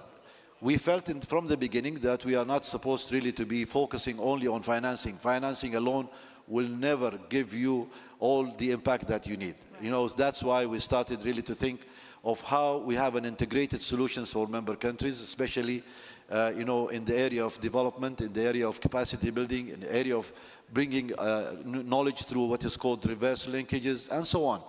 And then we started really to lead flagship programs. One of the most famous flagship programs is the Arab-Africa Trade Bridge Program, jointly with our really strategic partners, the Afreximbank, Badia, and other international institutions. We started the program in 2017, and it's one of the largest programs that really connect the Arab world with the African world. And by the way, today I was thinking in the morning, you know, everybody is calling for really more Caribbean African. This is exactly the same way we are really aiming at, is to connect the two, and maybe one day we will have also cooperations with our partners in the Africa-Caribbean, you know, program or a flagship program. We have other programs which is of course related to aid for trade for Africa, and many other SMEs programs for Africa. We also support women in Africa through the She Trade programs and so on, in cooperations with ITC and others. So I think the bank is very unique. 75 billion since you know, the establishment of ITFC. I'm sure this is quite impressive. We would have not been able to do it without really having our partners with us. Okay. Almost 30% of that, you know, as of today, goes to Africa, and we will continue our service, inshallah. All right. Just a very brief answer, because you've really painted for us a holistic picture. That's your approach. That's the big picture, yes. You did tap on something that's really important when you said, you know, philosophically you believe in South-South cooperation. Absolutely. And that you really want to lever your institution to do exactly that. Could you just expand on that notion a little bit for me? And then also on the fact that, you know, you're doing more than just credit and export financing, insurance. You mentioned that insurance is important. Why? Okay, I think it is by nature that's why we have all the member countries are actually from the south, and definitely this was really the focus. By the way, the whole concept of establishing the IDB was at that time is to really strengthen solidarity among member countries. That's the main objective, is to have to really work together through providing financing, through providing assistance, and whatever we can provide really to keep this integration and solidarity and enhance the intra-trade and intra-investment among member countries. And that's how we started really to see 2/3 of our member countries are from Africa. And that's why we feel that this is the role of the group, is to continue really serving this region. As far as ISIC is concerned, of course, ISIC is one of the most important entities to really increase FDIs. It increases really attract investors to Africa, attract investors to really the other regions like in Asia and the Middle East. And ISIC, of course, is complemented also with the providing policies for credit enhancement, insurance, and others. With years, the group has really evolved into producing new products, and as when we started in the 70s compared to today, all the needs has changed. You know, the things that now we have new top priorities in our agenda. We never had really more focus on climate change or health sectors as we have done. We are doing it right now. So this is how I can say we are really doing it in South-South. Thank you, Your Excellency. And of course, managing uncertainties become the nature of the world today. I'd like to bring you into the conversation, Rodinald Sumer, the CEO of the CARICOM Development Fund. Firstly, it's my first time in the Caribbean, and it's really, really beautiful. But I am noticing something, certainly for the Bahamas. It's predicated so much on services and tourism. So when we are talking the story of manufacturing, industrialization, creating capacity, what does it look like in the context of the Caribbean and the work that you do to unlock finance for industrialization. And may I also say congratulations, because CARICOM has just been celebrating 50 years of its own cooperation as well. Thank you. I accept those congratulations on behalf of CARICOM as a whole. But the CARICOM Development Fund itself was established in 2008, so we're only 15 years old. We were established to support particularly the least developed countries in the CARICOM framework to take advantage of the CARICOM single market and the economy. So our focus is basically on disadvantaged countries, regions, and sectors. And what that translates to in terms of priority areas for our investments, we support small businesses, we do infrastructure programs, renewable energy, energy efficiency. What we have been doing recently is establishing facilities to mobilize financing for transformative projects in the community, particularly to build growth and resilience. And I think in that context, I'm seeing an opportunity through Global Africa for us to change our stance more away from dealing internally with situations of disadvantage, but leveraging the comparative advantage of the region to expand trade with Africa. And you're correct, services would be one of the areas, tourism. We are working in CARICOM now on an industrial policy that's being led by the government of Suriname. Our manufacturing capability is limited, particularly for the small island developing states. Given our resource endowments, we have developed a lot of our industrial effort and competence and economic activity around tourism. And I see a lot of scope for us to expand our markets, diversify our source markets by looking at, obviously, Africa.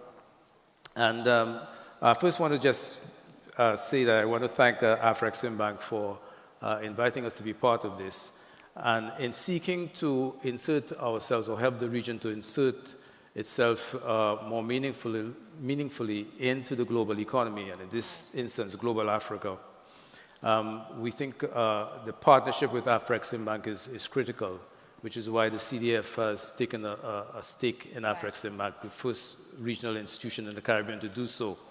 And this is part of our strategy to mobilize financing, to get behind our small and medium-sized enterprises so they can take advantage of the trading opportunities in all of the areas that I mentioned, across all sectors. I should mention that in the work that we do, we have identified agriculture as a disadvantaged sector for obvious reasons, the vulnerability that we face, which is exacerbated by the impact of climate change. So a lot of the resilience building work that we do and all the opportunities we try to create are for the agricultural sector to increase capacity, to help to produce at quality and scale so that we could consolidate and be able to access external markets, including in Africa.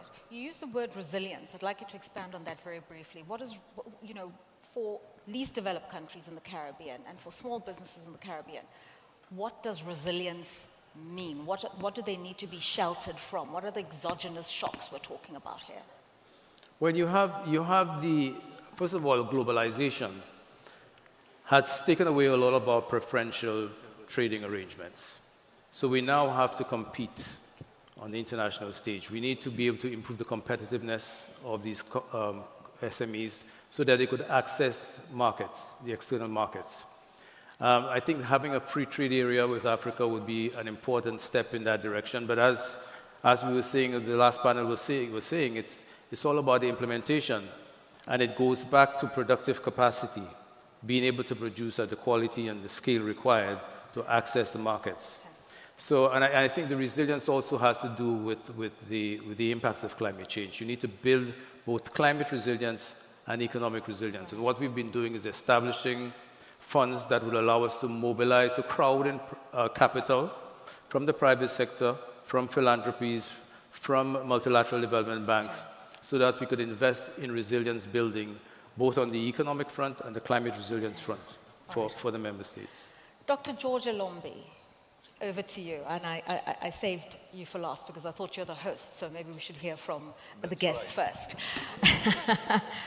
But let's talk about the work of Afreximbank, because firstly, the commendation and the plaudits. Many people at the moment, many business people, when they speak openly, they say Afreximbank is doing the absolute maximum for Africa today, taking on the risk that commercial banks are not willing to do, and being braver than other multilateral development banks. So for me, the question is, where do you get the capacity? That's the first thing.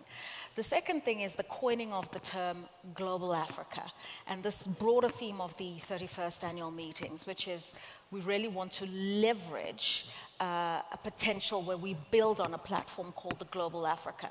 And so here we are, Global Africa, South-South cooperation with CARICOM, a pan-African point of view. And then that Latin phrase, Quo Vadis, where do we go from here? Well, I'm not too sure whether I should start with where we go from here or take you back to where we get the capacity from. The capacities, perhaps we have the first president of Afreximbank. He was sitting somewhere here, Mr. Idodu. I'm not sure if he's still in the hall. The first capacity is our spirit, our belief, the faith we have in our continent. And not just in our continent. Actually, he was the first to suggest that our job as Afreximbank staff was not just about doing banking. It was about development. And our duty was to the black man. And whether that black man was in the Americas, in Brazil, in Africa, in Japan, and now in the Caribbean where we are, that was our primary duty. We had to defend the dignity of the black man. Wow. Now, from that, you then begin to see where the capacities will emerge from. So, now if you then have to defend the dignity of the black man, the capacity would come from your brains and from your stomach. It has to come from your stomach. You have to believe in it. Your stomach must drive your head. Right. So the techniques of banking, the things we do, are just a technique, but the development first. So that's where we get the capacity from. But the rest of it also comes from the very structure of Afreximbank itself. It was perhaps the first institution which was set up by states as a multilateral, but to do private sector work.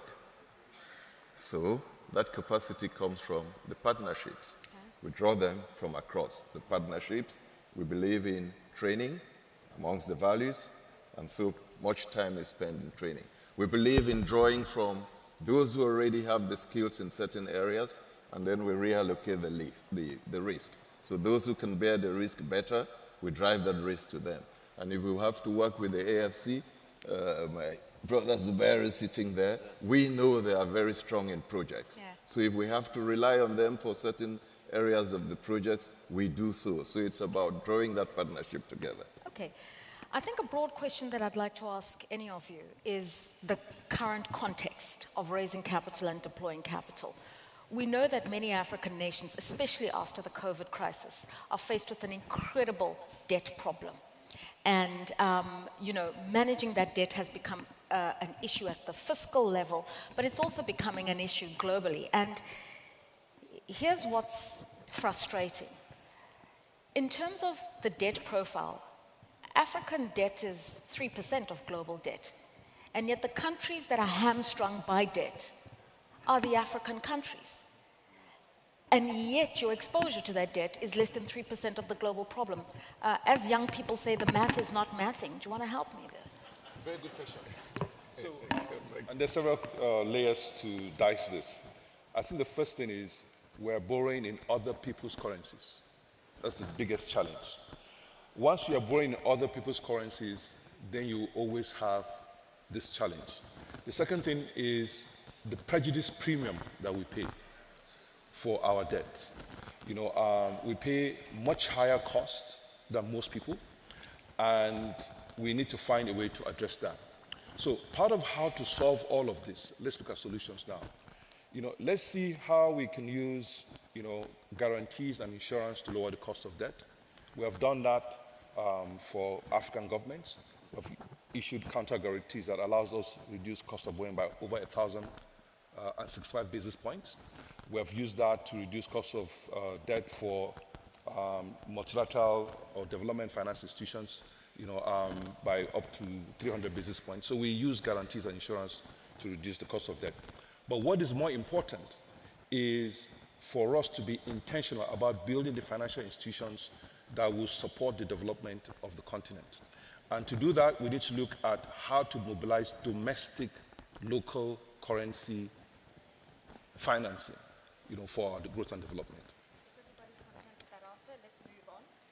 We've spoken about the fact that we've been struggling for more than a decade to mobilize financing for core infrastructure. There's a backlog of infrastructure. The costs have risen, the demand is high, and there's even new modern infrastructure that's needed now. If we think of different kinds of energy projects, data centers and the like. So the imperative is still there, and yet the backlog remains a reality. What is the problem here? What is the sticky issue? There isn't really a sticky issue. It's all about believing ourselves.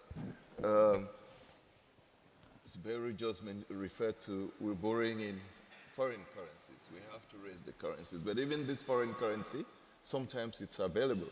It's sitting with central banks in large volumes. We found out in Afreximbank a few years ago that we could draw on that. So it reduces your need for reliance on others for the resources, the financial resources that you need for the development. So with that in place, what we need next is the capacity to structure, to think the projects through. Okay. You would accept that it's not only foreigners who would insist on a certain quality. Ourselves as Africans, as a duty to ourselves, we would not invest unless we believe that that investment would yield returns. And if that's the case, then the discipline starts with ourselves. But first, we have to be extremely aggressive. And there are times when you actually have to say to others, you do not agree with the way they think, and you're going to take a different course. Now, some years ago, the rating agencies called Standard & Poor's decided that Afreximbank, having applied a certain complex matrix, came to the view that we could not, with trade finance, achieve development. Of course, for us, that was not only counterintuitive, it stood against all what the other economists have been saying about trade and trade as a promotion. So if we had to drop them, it wasn't a very difficult thing for us. We didn't have to think about it twice. You put them aside, and then you seek other ways to catch up.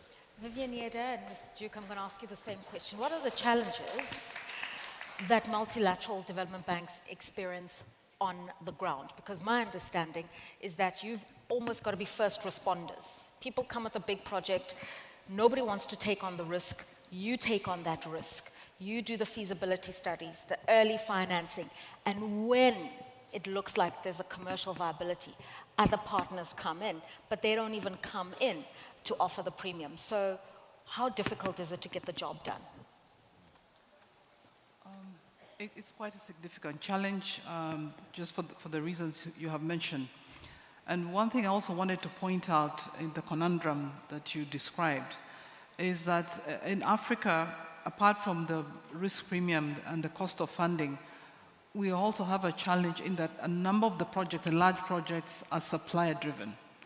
So at the end of the day, we are price takers. We don't structure the projects in a way that we actually understand the true cost of the infrastructure.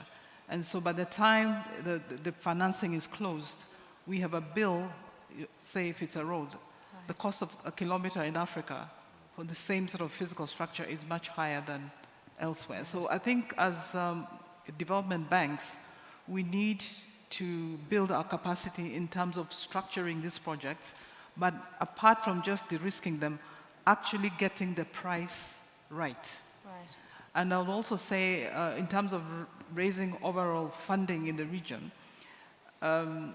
many of our commodities are priced outside our regions. So East Africa exports tea, exports coffee, cut flowers. The price of those commodities is not determined by auctions in Mombasa or Dar es Salaam. The price is determined in Antwerp Amsterdam and London. So I think there's a lot of work that we need to do as African institutions, but also African policymakers, to ensure that we actually understand the price. Right. And we actually understand how the price structure works so that we can get full value for the goods that we export and the services that we procure. Okay. Gentlemen? Yes, sir? Okay. Thank you. Thank you very much. I think let's talk about the gap now. The gap is huge in all the sectors. Infrastructure, trade, they say between 80 and 130 billion US dollars of trade deficits or gaps that requires a lot of really resources. You cannot go today in Africa without having partnership. This is very important. We have been able to mobilize 60% of our really total approvals in over since 2008. That is around 45 to 50 billion US dollars. How this has happened? Because we know there's a lot of challenges, but it is the trust actually that the partners, we have almost 85 to 100 partners, financial institutions, MDBs, bilaterals, multilaterals. So they have trust on us that we've built over the years, you know, a AAA organization that is really doing its job in Africa very well. By the way, people think that mobilizing resources for Africa, it's difficult. It is not. It is actually that you know how to do the job in Africa and whom to deal with, and the trust that you have to build with your partners. Okay, this is number one.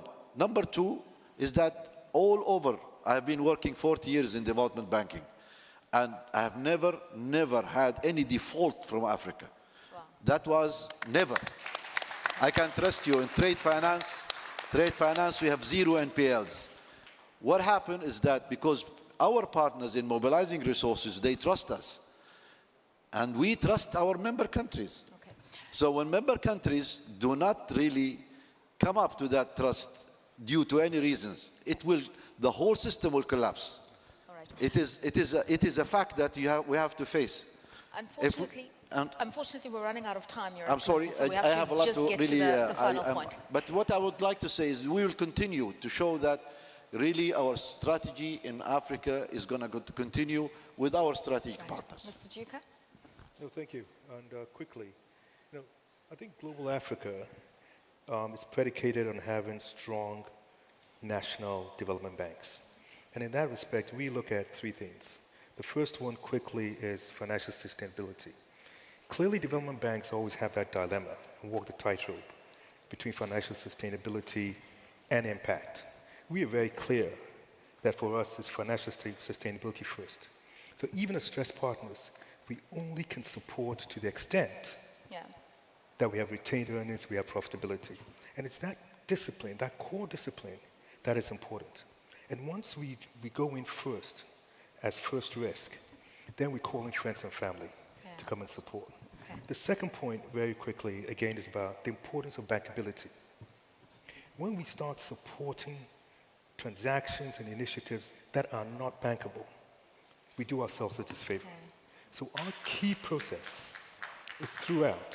is that we support bankable deals, and as a result, we have trustful relationships with our banking sector. Yeah. And the final point I also want to make is about the importance of interoperability. And what the importance of interoperability, that is key to the success of whatever we want to do in Ghana or in Africa. Okay, fantastic. Because that interoperability allows us not to work in silos, allows us not just in terms of payments, but when you talk about visa-free, it's interoperability for social movement. When you talk about working together as partnerships, it's all about interoperability. And when we focus on that, and I think to the credit, and I'm not just saying that because Prof is here, Afreximbank has really led that initiative in interoperability. Fantastic. Thank you. And I'm going to give you the last word, Mr. Suma. Thanks for the opportunity. Let me just say something quickly that attempts to link the situation in the Caribbean with respect to debt, risk, and opportunity, particularly the private sector. The countries are highly indebted.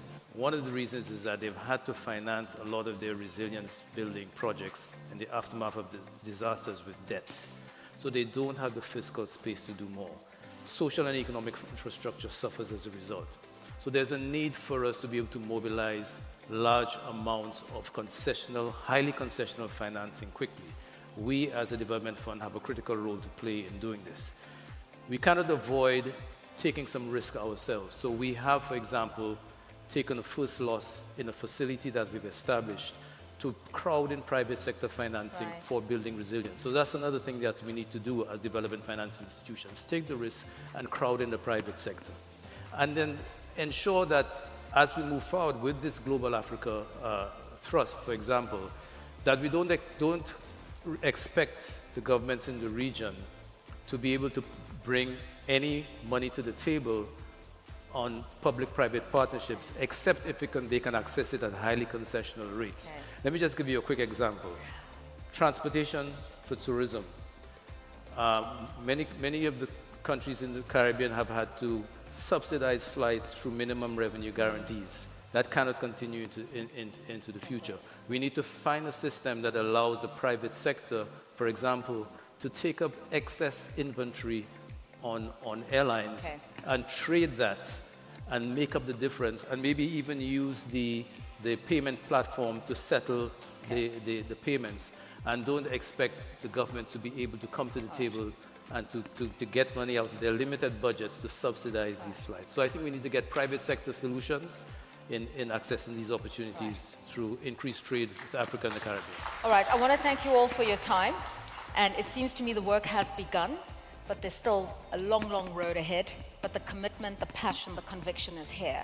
So let me just say thank you to all of you for being here with us. Mr. Samaila Zubaru from the Africa Finance Corporation, Dr. George Alombi from Afreximbank, Ms. Vivian Yeda, the Director General of the East African Development Bank. Let me thank you, Your Excellency Engineer Hani Salem Sombol, the CEO of the International Islamic Trade Finance Corporation. Let me also say thank you to you, Mr. Kwamina Duka, Chief Executive Officer of the Development Bank of Ghana, and lastly, Rodinald Suma, CEO of CARICOM Development Fund. Did you hear that music? They'd like us to calypso out of here. So let's go.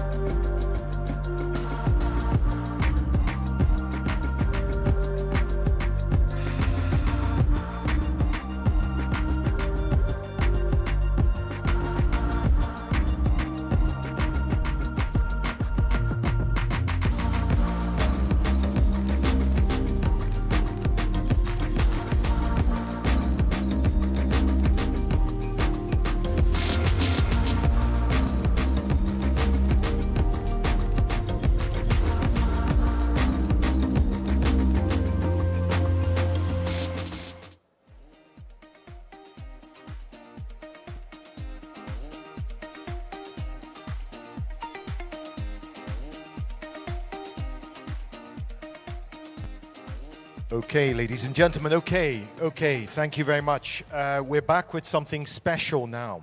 Now, there's an old adage that says, with age comes wisdom, and that is doubly true when it comes to leadership. Those who've served in the highest office of the land have a thing or two to teach us as we forge this path together towards a global Africa. Now, this session is called A Time to Pause and Reflect, a Global Africa Vision for AfriCaribbean Social, Political and Economic Cooperation and Integration Perspectives of Former Leaders. And we have two former leaders, two titans for you. In fact, one of them was discussing, just mentioning at the back at the stage, that in his time in office, he was the prime minister who took Bob Marley to Zimbabwe. Now, I don't know how many of you are avid Bob Marley fans. Quite a few of you, right? I love Bob Marley. And he has a song called Zimbabwe. And the first line of the song, it says, "Every man's got a right to decide his own destiny," which is exactly what we're talking about when it comes to global Africa, is it not? So, ladies and gentlemen, without much ado, I invite both your panelists and the moderator, the CEO of Gateway Partners, board member and chair of the investment committee of FEDA, Mr. V. Shankar, for this next session, A Time to Pause.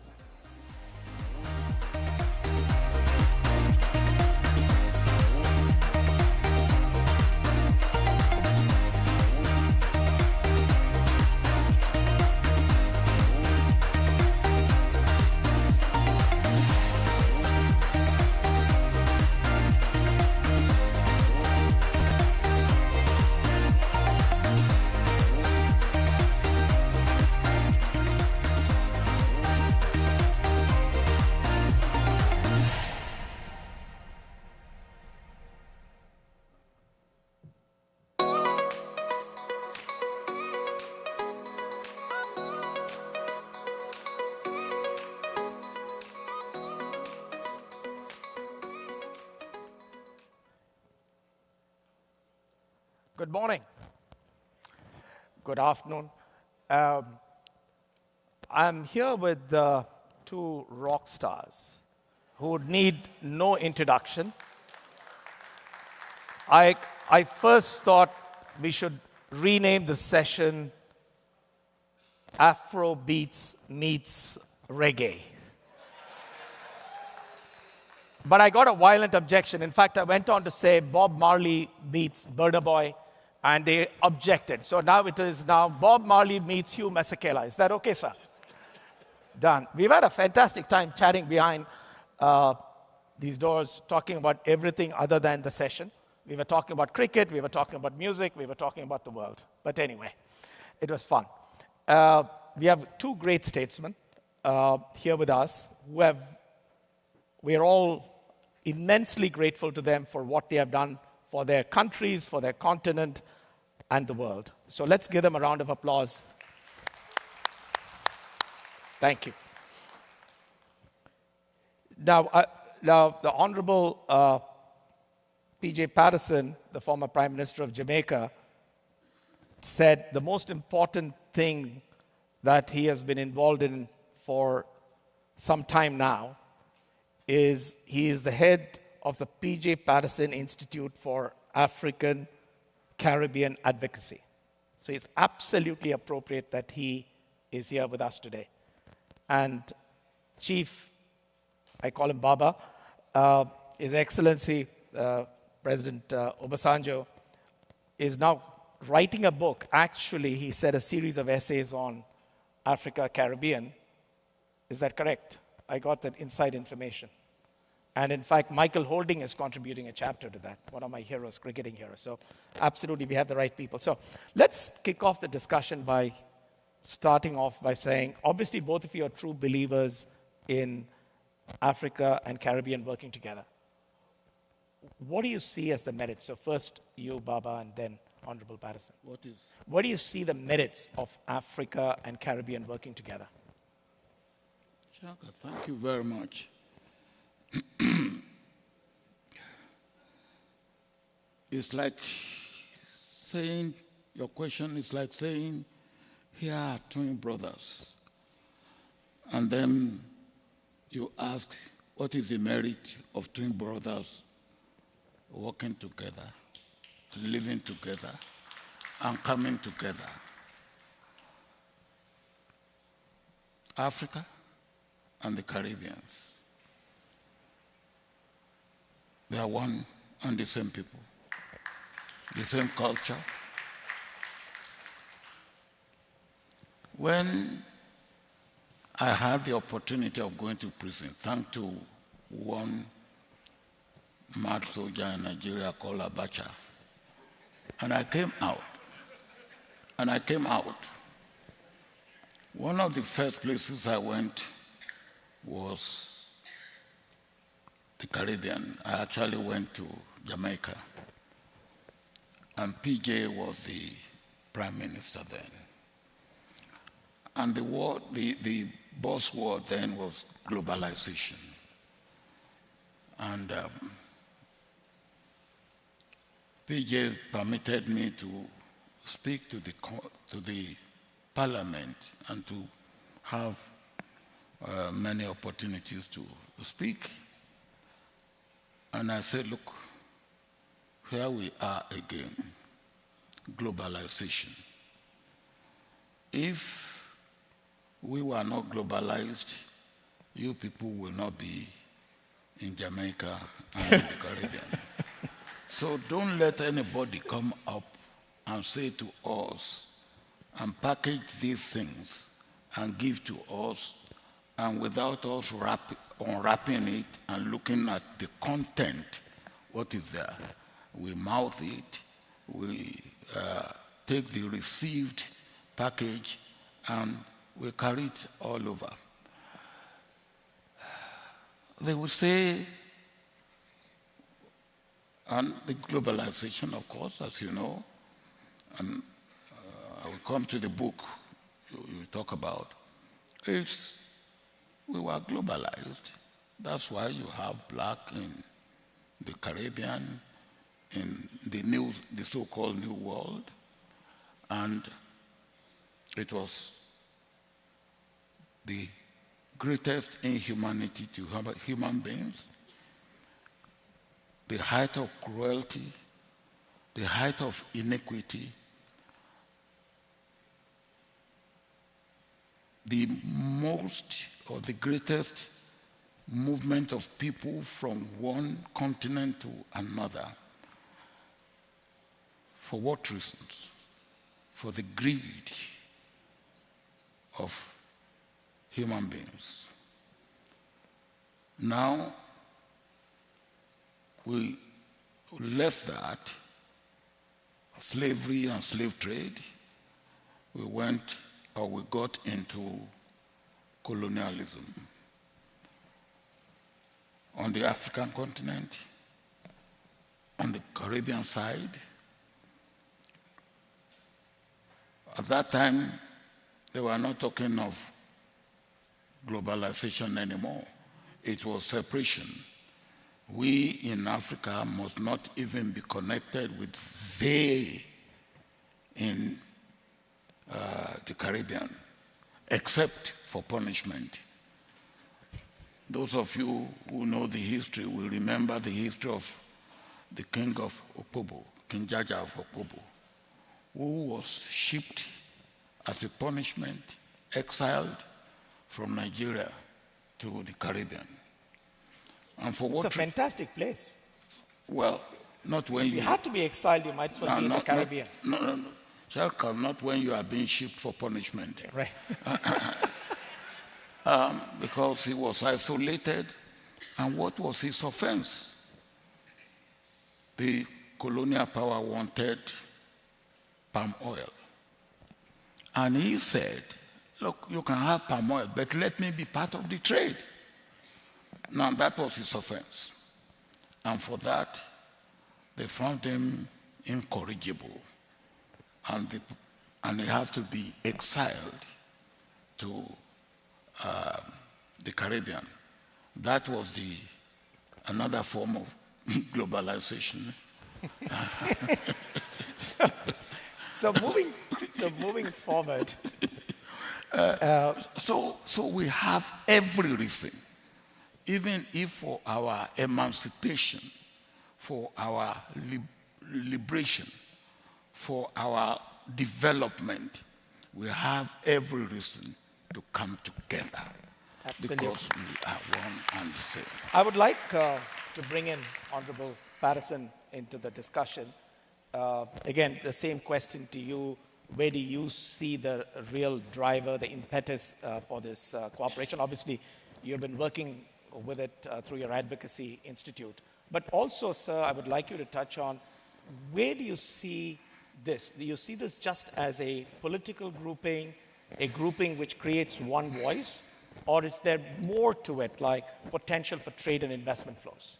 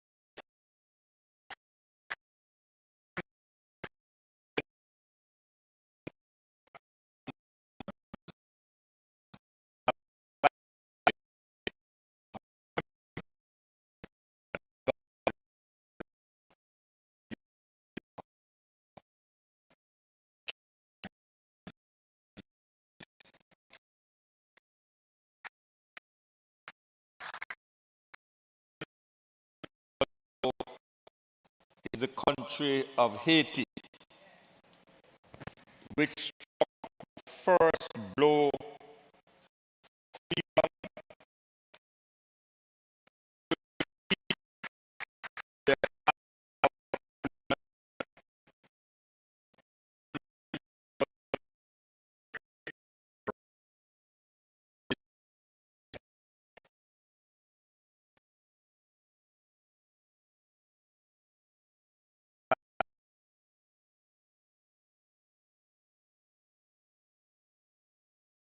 straight present world order was not designed like some of us. We had no voice in it.